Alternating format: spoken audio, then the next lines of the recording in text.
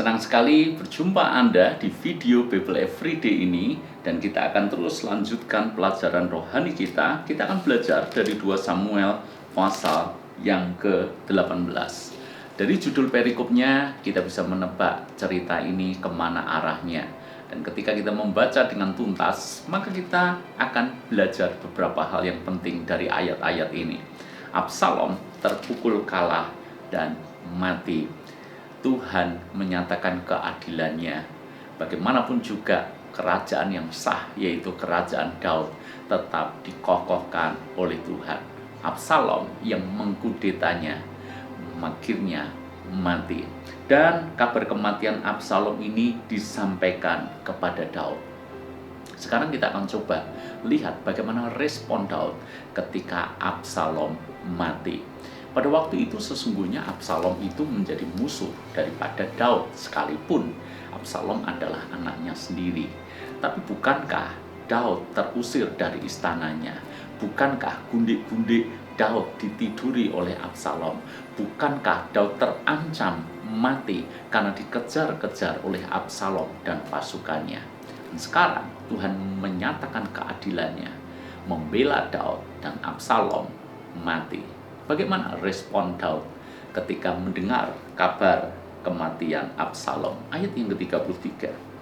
Maka terkejutlah raja dan dengan sedih ia naik ke anjung pintu gerbang lalu menangis. Dan beginilah perkataannya sambil berjalan, Absalom, anakku Absalom, anakku, anakku Absalom. Ah, kalau aku mati menggantikan engkau Absalom, anakku, anakku.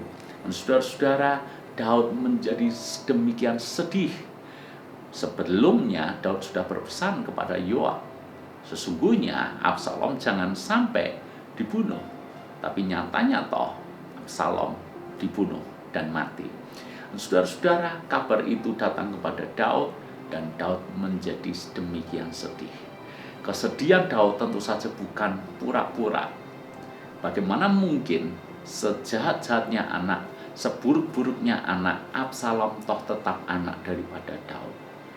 Lagi pula sesungguhnya tidak bisa disangka lagi bahwa hati Daud ini sebetulnya sangat mengasihi Absalom. Kalau Anda baca beberapa pasal sebelumnya, ketika Absalom masih di Gesur, Daud begitu rindu akan Absalom. Jadi tidak bisa disangkal bahwa sesungguhnya Daud itu mencintai Absalom. Terlebih lagi yang namanya hati Bapa kepada anak-anaknya.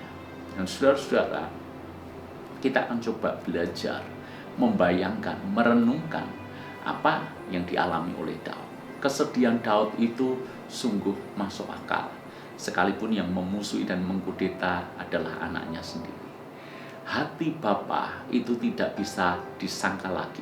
Kita tidak bisa mengelak fakta akan hal itu. Jadi ketika Daud berkata, ah kalau aku mati menggantikan engkau Absalom anakku.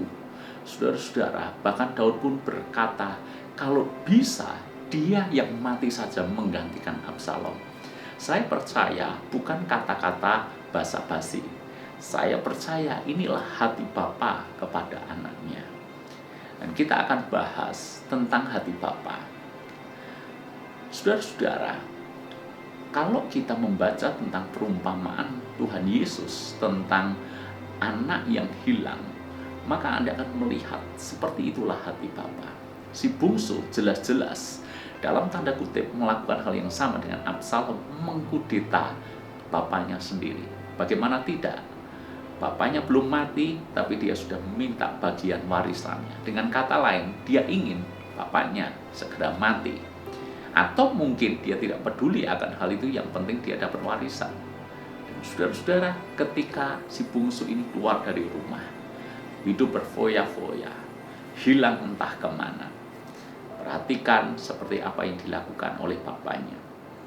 Alkitab mencatat seperti ini, setiap hari bapaknya berada di depan rumah.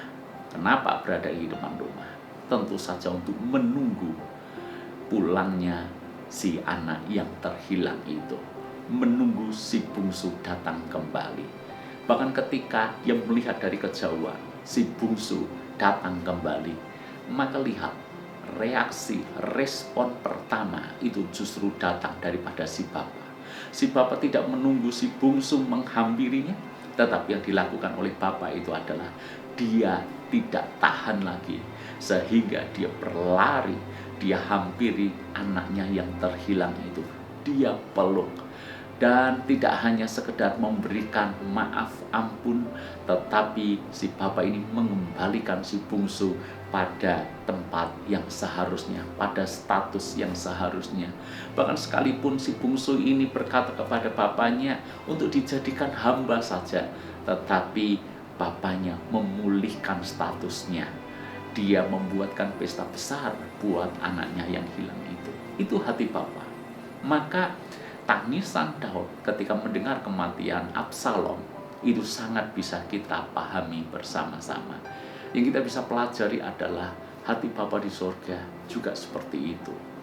Dia tidak tahan ketika melihat anaknya berdosa dan ingin kembali kepada Bapa Surgawi. Dia tidak tahan akan hal itu. Sehingga ibu bapak saudara semuanya, apapun keadaan kita saat ini, kalau kita sudah jauh daripada Tuhan, mari kita seperti anak bungsu, hampiri Tuhan. Hati Bapa tidak akan tahan ketika melihat kita rindu untuk mencarinya, melihat kita rindu untuk datang kembali, membangun sebuah hubungan kembali kepadanya. Maka Bapa Surgawi dengan kasih-Nya pasti akan menyatakan pengampunan, memberikan kesempatan, dan memulihkan hubungan kita dengan Bapa Surgawi. Saya berharap kisah yang kita temui di 2 Samuel pasal yang ke-18 ini mengingatkan kita dengan Tuhan dalam hubungan Bapa dan anak. Dia Bapa kita, kita adalah anak. Dia rindu hubungan kita pulih.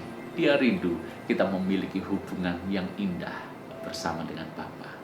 Tuhan memberkati.